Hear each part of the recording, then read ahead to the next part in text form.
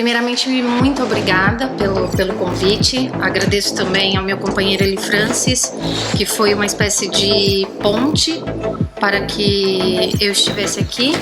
Ao professor Hel Saura, que além de ser um professor muito inteligente, articulado politicamente, é muito acolhedor. Muito obrigada pelo espaço.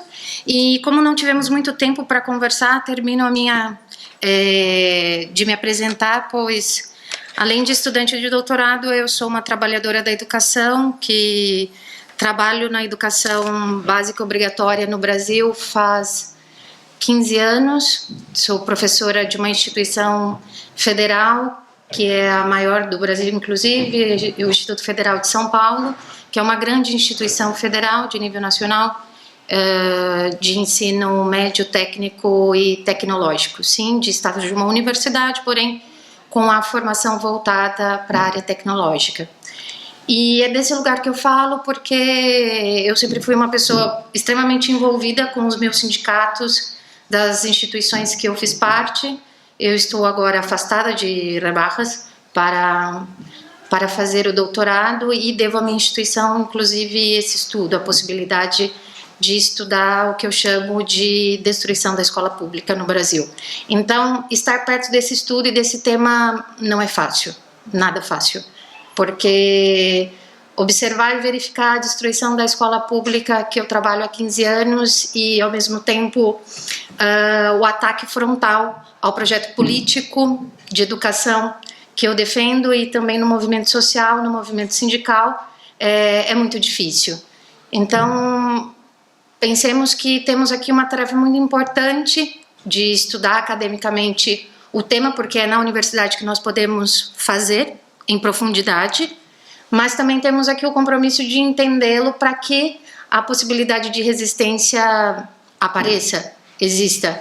E como vocês viram nas apresentações de hoje, as quais eu e minha amiga Mayra, que também é de uma instituição muito parecida com a minha no Brasil, nos identificamos muito, porque hoje a carreira docente no Brasil, mas me parece que aqui também, pelo que assistimos, está muito associada a processos profundos de sofrimento, e isso se deve não só à exploração do trabalho, à intensificação do trabalho, mas também com o ataque frontal à possibilidade de um outro projeto político na escola. Então isso para a gente é muito difícil, e acredito que para vocês também. Bom, então pensando nessa ação sindical, pensando nesse lugar da sala de aula da onde eu venho, eu chego à universidade em 2014 para estudar gestão empresarial na educação, e estudei exploração e intensificação do trabalho no mestrado, na maestria, e agora no doutorado estudo a penetração de uma corporação na educação básica brasileira, de uma corporação capitalista. Bom, como foi dito, eu sou de um grupo da Unicamp que estuda política educacional, tenho como tutora uma professora chamada Nora Krauski, nem eu consigo falar, né? Krauski, e também sou do Cole Marx, que fui acolhida por eles com muita felicidade, porque é um espaço de fato de muita troca e formulação coletiva do conhecimento, e me parece que essa é a tarefa hoje, né? Que a gente possa fazer isso coletivamente, porque a universidade, na verdade, ela está tomada pela competição, essa que é a verdade. Os meus colegas que estão investigando na universidade, parte considerável está mais preocupada em lançar os seus artigos o quanto mais rápido possível para se apresentar como o primeiro a estudar um tema, ou mesmo em acumular uma sequência de artigos que se repetem nas publicações e eventos que muitas vezes não fazem sentido nenhum, mas porque nós temos algo que precisamos dar resposta, que é a pressão por produtividade. Então, de fato, estar num espaço como é o Cole Marx, como é o GPPS e aqui também, produzindo conhecimento coletivo comprometido, é muito importante. Bom, vamos lá. Eu vou tentar apresentar o problema que eu tenho em mãos, o marco temporal e o objetivo dessa pesquisa. O marco conceptual eu não vou lidar com ele, porque ele foi muito bem tratado pelo professor Romualdo hoje, pela manhã, e o meu colega Eli Francis também adiantou bastante o meu trabalho. Mas eu vou apresentar aqui rapidamente. a metodologia e que tipo de documento que eu trabalho para tentar formular essa análise e checar a hipótese que nós temos, que a gente vem construindo. Eu, professora Nora, professor Javier Merchan, que está me recebendo na Universidade de Sevilha e nos grupos que eu faço parte, e alguns resultados parciais que eu selecionei para provocar aqui a nossa discussão. Me parece que estamos todos muito implicados com o problema, apesar de estarmos no Brasil, porque a questão, na verdade, não é o digital e também não é a educação, mas pensarmos o próprio desenvolvimento do capitalismo e as suas estratégias. Então, me parece que, mesmo sendo um tema muito específico, eu gostaria que a gente tentasse refletir as implicações que isso tem para o conjunto e a massa de trabalhadores, não só daqui, mas também dos demais países. O problema, então, que eu tenho, ele parte do que o Elis Francis colocou, que foi a crise de expansão do processo de mercantilização e financiarização do processo da educação no ensino superior. Apesar de crescer e estar em crescimento, como vocês vão poder verificar também, não só na exposição que segue após a minha apresentação, mas também vão ter contato com outros dados, existe uma crise também de expansão de algumas empresas nessa área. E isso fez, juntamente com a crise de financiação que o Elis Francis colocava, uma caída muito grande do processo, não só de financiação, mas também de aporte às empresas com concessão de bolsa para os estudantes, através da crise desses programas. Isso fez com que algumas empresas começassem a olhar, a mirar para outras possibilidades de mercantilização da educação. E, nesse sentido, a educação obrigatória, a educação básica, como nós chamamos no Brasil, passa a ser, digamos assim, um novo mercado de penetração dessas empresas. Obviamente que isso está impulsionado também por um contexto internacional, que advém aí desde a crise de 2008, onde esses fundos de investimentos e as sociedades anônimas tiveram um crescimento exponencial, mas, particularmente no Brasil, isso acontece também depois da crise de escalada desse setor no ensino superior. E aí temos um primeiro elemento para conversar. No Brasil, cerca de 80% das matrículas no ensino superior estão com o setor privado. Sim, e as outras 20%, da qual, né, as matrículas da minha instituição, da Mayra, do Elis Francis, está com o ensino público, com o setor público. Já na educação básica, na educação obrigatória, a gente teria praticamente o inverso. Nós temos 75% das matrículas que estão no setor público e cerca de 20% com o setor privado, e aí temos também as religiosas, confessionais que estão aí. Então, eu tenho agora um contexto de penetração que é muito distinto, diferente. E aí a primeira hipótese e pergunta que a gente se faz é: se esse contexto social, esse mercado que se apresenta agora para a penetração dessas empresas é distinto, as estratégias serão as mesmas? Essa é uma primeira pergunta. E aí a gente segue, então, buscando entender, porque a gente já tem mais ou menos um percurso histórico de cerca de 20, 25 anos da penetração dessas corporações no ensino superior, e tem pesquisador aqui de como isso vem se dando, e a gente já conhece um pouco das consequências. A questão seria pensar na educação obrigatória, quais seriam as consequências? E aí a gente escolhe uma corporação para tentar entender esse processo. Essa corporação se chama Baema Educação. Bom, esse é mais ou menos um desenho, um quadro produzido pela minha colega pesquisadora, investigadora do Cole Marx, chamado Ellen, em que ela, mais ou menos com o logo das empresas, ela define como está o mercado da educação básica obrigatória no Brasil. Então, a corporação que nós estudamos é essa que está grifada e que tem um conjunto de colégios. Então, a sua mercadoria educacional, digamos assim, ela não é, por exemplo, a produção de materiais e sistemas, como seria no caso da Somos, que vocês estão olhando aí, que seria a principal mercadoria dessa empresa. Verifiquem que o mercado de educação, da educação obrigatória, ele é, além de grande, já, ele agrega diferentes tipos de mercadorias. Então, você pode ter colégio, você pode produzir sistemas e vender sistemas educacionais, você pode vender materiais, livros didáticos, você pode vender sistemas de gestão, e em todos esses casos a incorporação de tecnologia tem se dado de uma maneira escalar, cada vez mais. Então eu vou estudar a BAEM Educação. Bom, a BAEM Educação hoje ela já é o terceiro grupo em aquisição de colégios no Brasil. Não são muitos, se a gente for pensar, são 13 colégios que ela andou adquirindo nos últimos 2 anos e meio, mas ela tem algumas curiosidades que eu vou apresentar aqui para vocês, para a gente pensar essas estratégias de penetração, que é o que eu realmente quero olhar. Bom, então esse seria, né, o problema a ser investigado, né? Num contexto que no Brasil já é de altíssima presença da gestão empresarial na educação, o que acontece? Que câmbios, que transformações uma corporação submetida às regras do mercado financeiro e governada por fundos de investimento, né, os fundos buitres, como se diz aqui, que transformações ela é capaz de promover em um sistema que está pronto, desenvolvido, e que hoje oferece à população brasileira um direito extremamente importante, né, que é a educação básica. Esse seria o problema. E aí o marco temporal que nós definimos seria estudar essa corporação entre os anos de 2016 e 2024. 2016 por quê? Porque é quando essa corporação abre o seu capital na Bolsa de Valores, passa a cotizar na Bolsa de Valores. E nesse intervalo de tempo acontecem coisas muito interessantes, porque é exatamente nesse ano que a presidenta Dilma sofre um golpe parlamentar no Brasil.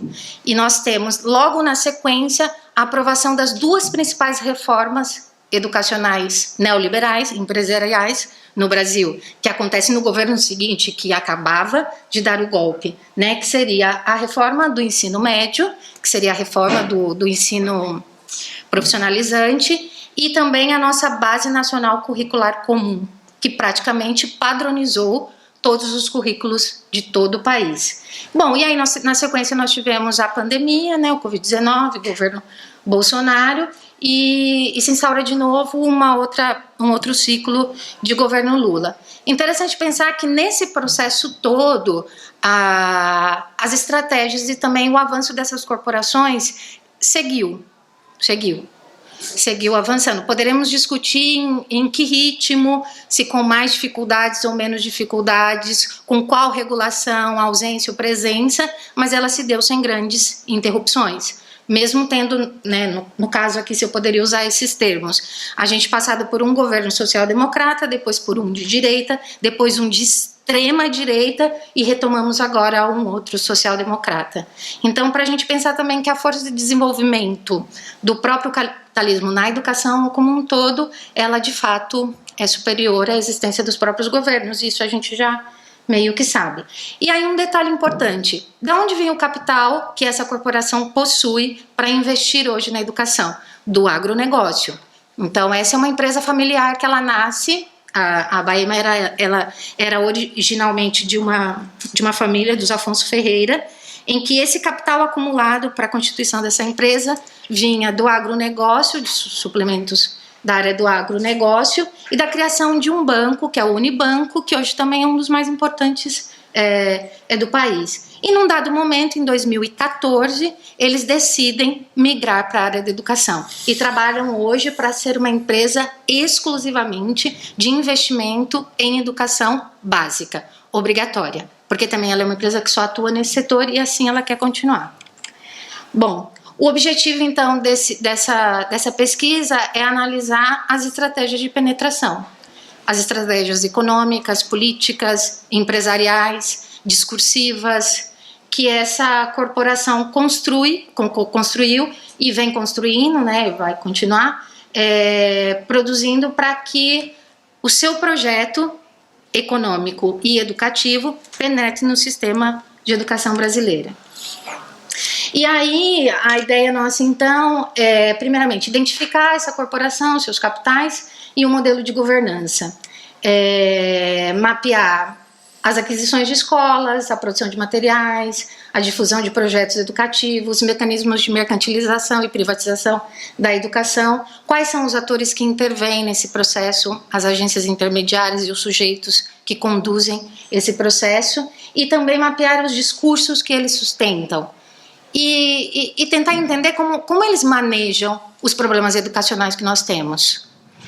O que eles propõem para resolver os problemas educacionais, porque essa é uma estratégia de convencimento extremamente importante, inclusive para aceitação e também para a hegemonia da presença dessas corporações nesses espaços, nessa lógica. Bom, o marco conceptual, então, como eu disse, eu não vou passar muito por ele, mas basicamente transita por tudo aquilo que o professor Romualdo apresentou hoje, né, tentando entender, e que o Rodrigo também falou hoje pela manhã, tentar entender as transformações que a gestão empresarial promoveu no interior do Estado brasileiro, o atual processo de financiarização da economia, e não só, mas também da sociedade, e tentar entender esse processo de financiarização com uma particularidade muito importante, que é o próprio desenvolvimento do capitalismo brasileiro, que, como vocês sabem, possui particularidades que os países europeus não possuem, enfim, desenvolvem de maneira diferente. E aí também adentrar um tema que eu vou escolher para me deter a ele, porque me parece que é muito importante. No Brasil, hoje, nós falamos há pesquisadores que têm proposto a terminologia financiarização das políticas sociais. E quando eu vou olhar, por exemplo, qual é a linha teórica econômica que os gestores da Baema seguem para produzir o seu negócio, eu descubro e verificam que eles se localizam num campo que é chamado de campo de negócios de impacto social. E quando eu vou observar, por exemplo, a B3, que é essa que o Eli Francis acaba de citar e que foi criada para agregar esse tipo de investimento, ela se chama B3 Social também. Então, me parece que aqui nós temos um tema para pensar que é muito importante e tem implicações para a nossa organização política e para a forma como a gente, inclusive, constrói o nosso discurso político. Que se trata de pensar a questão de que os problemas sociais hoje não só serão aprofundados com essa intervenção das corporações nesse mercado, como também é necessário que eles continuem existindo, porque eles passam a ser convertidos em oportunidades de lucratividade. Então, o social agora ele é um grande campo de mercado produtor de mercadorias comercializáveis, consumíveis e com um potencial altíssimo de lucratividade para essas corporações, o que coloca o problema da desigualdade, por exemplo, social, em outro patamar, me parece, na nossa discussão. Tá? Então, eu vou tentar mostrar como isso vai acontecer no discurso da Baema.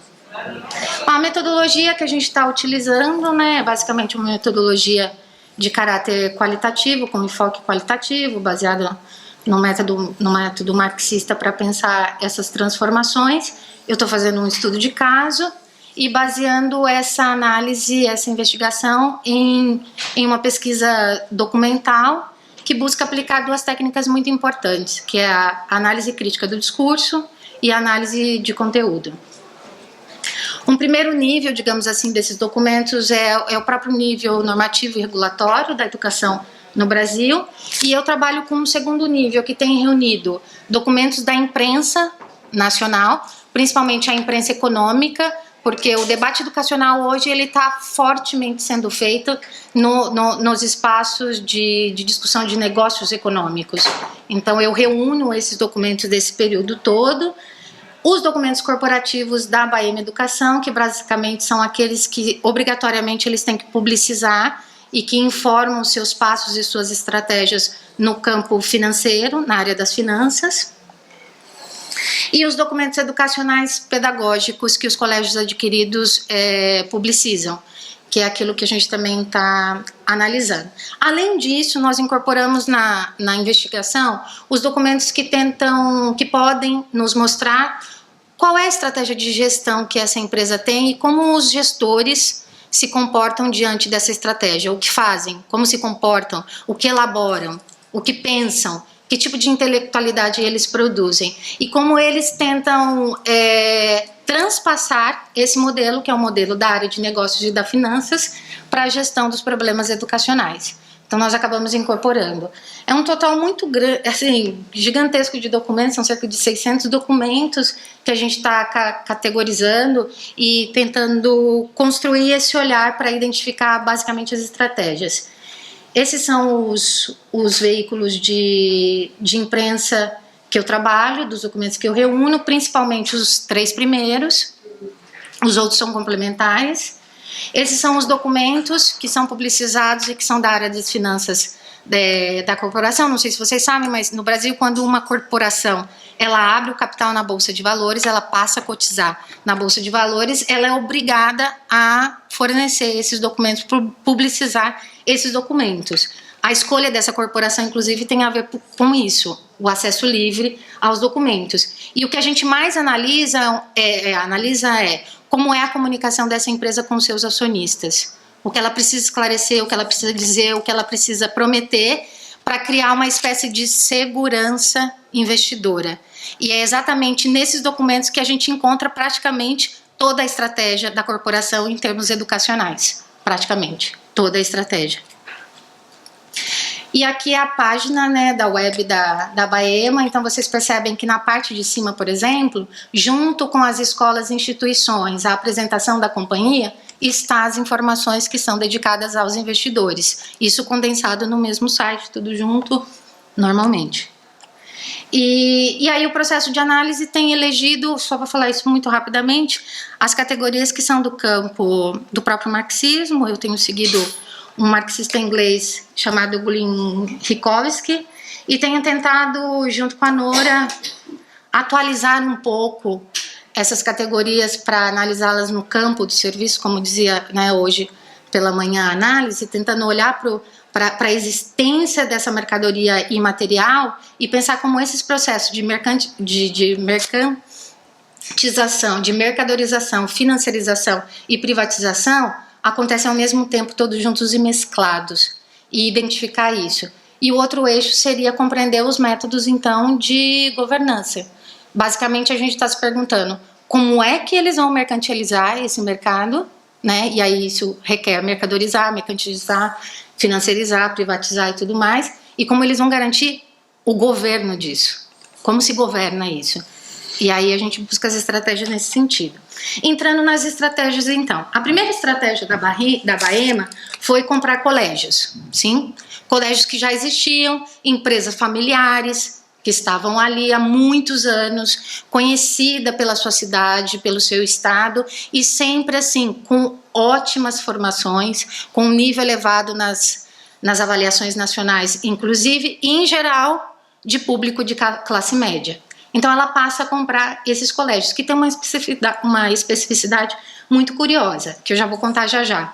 Mas a Baema também cria um outro grupo de colégios, esse não existia, ela cria, que é um grupo de colégios de baixo custo para classes populares. Então ela passa a ser uma organização que tem 2 frentes principais. Uma de escolas de baixo custo, que é uma experiência, inclusive, que eles vão buscar na Índia, no Peru e em alguns países da África, e passam a comprar colégios. Hoje, a escola de baixo custo ela tem quase 15% das matrículas deles e os colégios a maioria das matrículas. Bom, aqui é um pouco um exemplo de como isso vai aparecendo na imprensa local, e a Baema é uma das empresas que hoje mais cresce. Esse é um detalhe. Em nível escalar, como cresceu, por exemplo, uma grande empresa do ensino superior, não, ainda não, mas que mais cresce em termos de porcentagem, ok? E aí aqui um pouco da estratégia de distribuição no território, eles já estão bem mais localizados no sul do estado e no sudeste, e chegaram ao nordeste recentemente. E aí a questão, no processo de aquisição, a Baema resolve estrategicamente, do ponto de vista econômico, criar alguns nichos de mercado. Então ela tem um nicho das escolas de classe média, ela tem um nicho das escolas de baixo custo, ela tem um nicho das escolas de alto nível de elite, que são as bilíngues, e ela tem um centro de formação de professores. Basicamente é isso que ela foi construindo. E agora inaugurou um outro nicho, que é o nicho de formação para acesso à universidade, para preparar jovens para a universidade. Então ela optou pela constituição dos nichos. No caso do nicho das escolas de classe média, a Baema optou por comprar somente colégios que são de tradição socioconstrutivista e que, portanto, tem como referência Paulo Freire, por exemplo, como seu principal pedagogo, como aquele que daria base para toda a proposta pedagógica dessa escola, desse colégio. E são colégios caríssimos na nossa tradição política e de organização, não só pela proposta teórica e política que ela carrega, mas porque ela agrega educadores, coordenadores, pesquisadores que dedicaram a sua vida a pensar nesse projeto político e aplicar na prática, nos colégios. Porém, a Baema vê a possibilidade de criar um nicho que outra corporação não tinha visto, não tinha olhado, e que talvez pudesse crescer muito, sobretudo porque esses colégios têm um alto nível educacional e também tem uma espécie de marca para ser vendida, porque vão muito bem, o desempenho é muito bom nas avaliações nacionais. Ai, perdi o tempo. Essa é a rede de baixo custo, ela se chama Escola Mais, né? E ela é a rede que a Baema entende que você tem margem para fazer algumas coisas, como, por exemplo, é nessa rede que eles preveem que é possível escalar. E só é possível escalar porque é possível investir em tecnologia nessa rede e também é possível níveis de contratação de professorado mais baixo. Um contrato, portanto, mais precário. E eles preveem isso e eles falam isso nos documentos, e é assim que eles fazem a conta para poder oferecer o que eles chamam de escola acessível, de qualidade. Seria isso. Qual é a estratégia? Pensar que na escola pública brasileira existe uma quantidade de jovens que, se as famílias pudessem, pagariam um pouco mais para que seus filhos estivessem numa escola de mais qualidade. Que tem segurança, como vocês veem, tem um segurança na porta, que tem segurança, os filhos, se precisarem, como os pais trabalham muito, podem estender o período na escola, desde que você possa pagar, com certeza, mas eles têm atividades para que esse filho possa ficar mais tempo na escola, tem toda a injeção de tecnologia que permite com que essa escola seja mais inovadora, e esse filho pode ser melhor preparado para acessar a universidade, que, como vocês sabem também, no Brasil não é algo tão disseminado, comum, as melhores universidades, claro. Então, aqui se desenha uma estratégia de captura das matrículas da escola pública, que alguns pesquisadores, a professora Adrião, que está aqui, vai falar com muito mais propriedade do que eu sobre isso, mas que pode ser chamada também de privatização da matrícula. Quando eu olho para esse público, contribuo com a depreciação da crise da escola pública, uso a crise da escola pública para justificar, inclusive, a minha presença. E eu me apresento como um bom empresário, como aquele que veio ajudar vocês saírem dessa crise que ninguém nunca conseguiu superar, ninguém nunca conseguiu resolver. Então, o projeto é largo nesse sentido e eles têm arrecadado muito dinheiro para poder fazer crescer. Bom, aqui é o crescimento da Escola Mais, como vocês veem, ela tem um crescimento considerável nos últimos anos, e o que eles defendem é o seguinte: o modelo, ele é interessante para você que queira investir ações, por exemplo, né, comprar ações dessa corporação. Por quê? Porque no momento de crise, e o Brasil, como sempre, né, um país de economia frágil, segundo eles, sempre vai estar em ciclos de crise. No momento de crise, o que eles observam é o seguinte: o aluno que está na escola mais cara, de classe média de elite, tende a descer para a Escola Mais. E esse aluno da Escola Mais desce para a escola pública. Quando a coisa melhora, esse aluno que foi para a escola pública volta para a Escola Mais, e esse que estava na Escola Mais ascende para o da classe média, que por sua vez ascende para a escola de elite bilíngue, e assim eu crio um efeito sanfona que faz com que o investidor tenha mais segurança no sentido de que vai ser rentável. você vai ter retorno de qualquer forma. Por isso, a constituição desses nichos. Bom, aqui um pouco do discurso, né? Então, vejam, por exemplo, esse primeiro material de imprensa, né? Declaradamente, o jornalista diz no título: quero o lugar do Estado. É exatamente a matéria em que eles vão discutir a crise da educação brasileira. E quem é que hoje está mais apto e capaz de resolvê-la. E ali um dos principais gestores dessa corporação, muito jovem inclusive. No outro canto, eles vendem a Escola Conceito, que tem aí mais ou menos mensalidade de R$1.000, R$700, que em euros daria R$1.000. 200 euros. 200 euros. E também uma espécie de otimização e utilização dos prédios de uma outra corporação que estavam com seus prédios mais vazios porque perdeu muita matrícula e eles passam a ocupar esses prédios. Então eles vão criando formas de fato baratear o custo disso que eles estão oferecendo como escola acessível. Bom, aqui sim uma ideia de privatização da oferta educacional. Eles desenham o tamanho do mercado da educação básica, obrigatória, e incluem o público, ou seja, público e privado se constituem nessa visão econômica como um único mercado, a ser acessado, mercantilizado e monetarizado. É isso que se coloca. Aqui um pouco do discurso da excelência e da inovação, que acho que já discutimos aqui bastante, como uma outra estratégia de convencimento de investimento. Aqui um pouco da rede de serviços que vai se constituindo, observando, portanto, que essa corporação ela entende que a única mercadoria, matrícula, é insuficiente. Tanto que agora, por exemplo, eles têm uma editora, coisa que estava muito de lado, e eles reativaram essa ideia de editora para a produção de materiais. Então, assim, vai se constituindo uma cadeia de serviços que pode ser mercantilizada. Até que ponto, em que nível, isso ainda não se apresenta, mas eles estão se preparando para ser, na verdade, uma corporação que agrega um conjunto de serviços e mercadorias educacionais. Aqui a proposta de governança, e aí vejam bem, né, onde está escrito comitês acessórios. Eu tenho aqui um comitê pedagógico, um comitê de risco e complacência, um comitê de finanças e um comitê de pessoas e cultura. Quer dizer, essa proposta, essa política de governança, que é extensíssima, tem muitas páginas esse documento, e ele é interessantíssimo de analisar.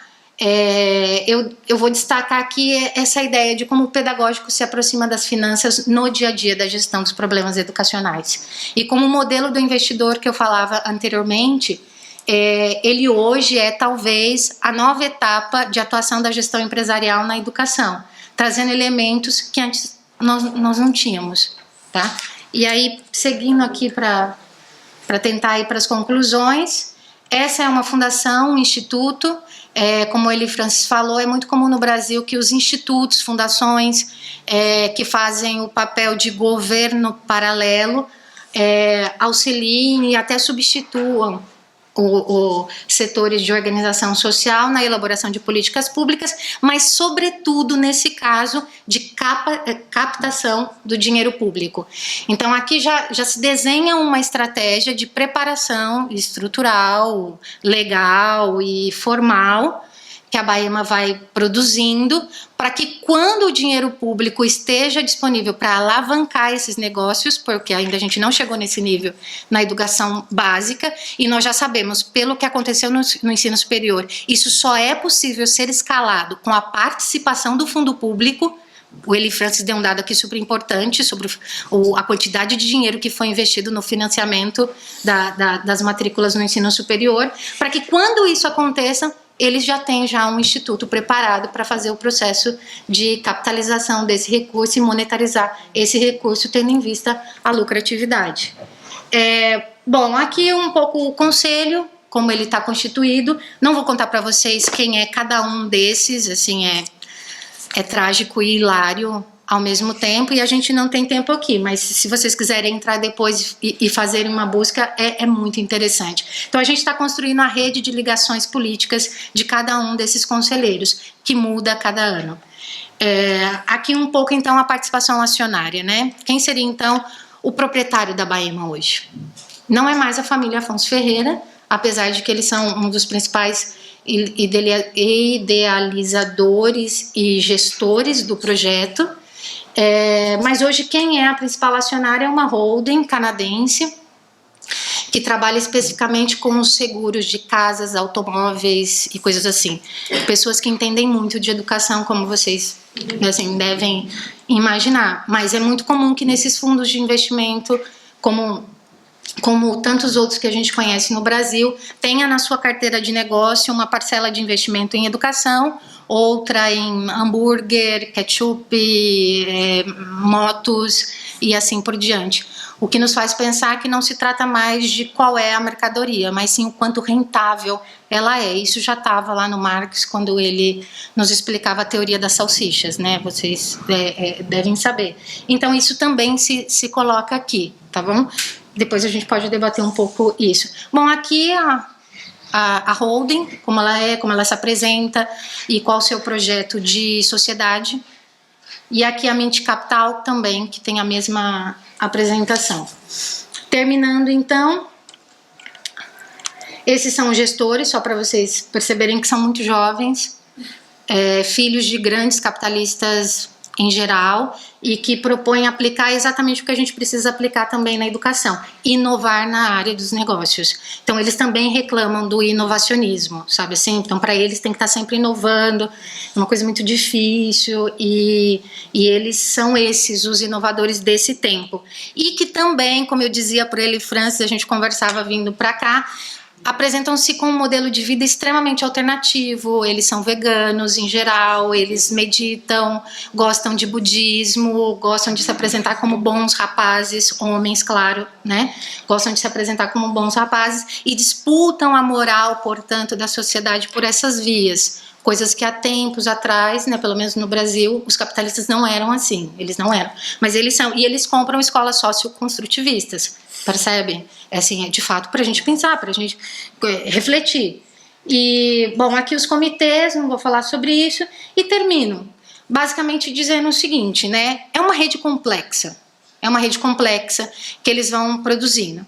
Existe um conjunto de agências intermediárias que eu não apresentei aqui, mas como, por exemplo, toda vez que se compra um colégio, se cria uma empresa para aplicar a gestão desse colégio e gerir todos os conflitos que possam surgir daí. E quando a gente sabe em gerir conflito, eu imagino que vocês pensem como eu também penso, equacionar a luta de classes, né? E qualquer questionamento que possa surgir desse processo. Então, essas empresas intermediárias que vão sendo criadas para implementar as aquisições, o próprio instituto, a editora e todos esses comitês são formas de implementação desse processo de mercantilização e também de financiarização que a gente acaba estudando aqui. É muito importante pensar que o nível de controle do governo brasileiro hoje sobre isso é muito pequeno, por isso que eu parto do princípio de que nós estamos falando de uma empresa-estado. A gente não está falando de outra coisa. A única coisa que eu poderia dizer é que talvez possa ser chamado de Estado-empresa, mas sim, porque tomam decisões na área educacional que vai impactar nas próximas gerações. E é disso que se trata, né? E aí, consequências para o campo da resistência, eu acredito que tenham várias para a gente pensar. Uma delas, por exemplo, é a expropriação do tempo pedagógico. Me parece que é a expropriação de uma experiência pedagógica histórica que concentra, inclusive, formulação intelectual, força física e emocional. Expropriar isso tem um sentido para aqueles que, por exemplo, defendem a pedagogia crítica, sim? E analisar, portanto, quais são as consequências dentro da escola para os professores, para os estudantes, é um outro nível de investigação que fica em aberto para que a gente busque entender. Tá bom? Era isso. Muito obrigado.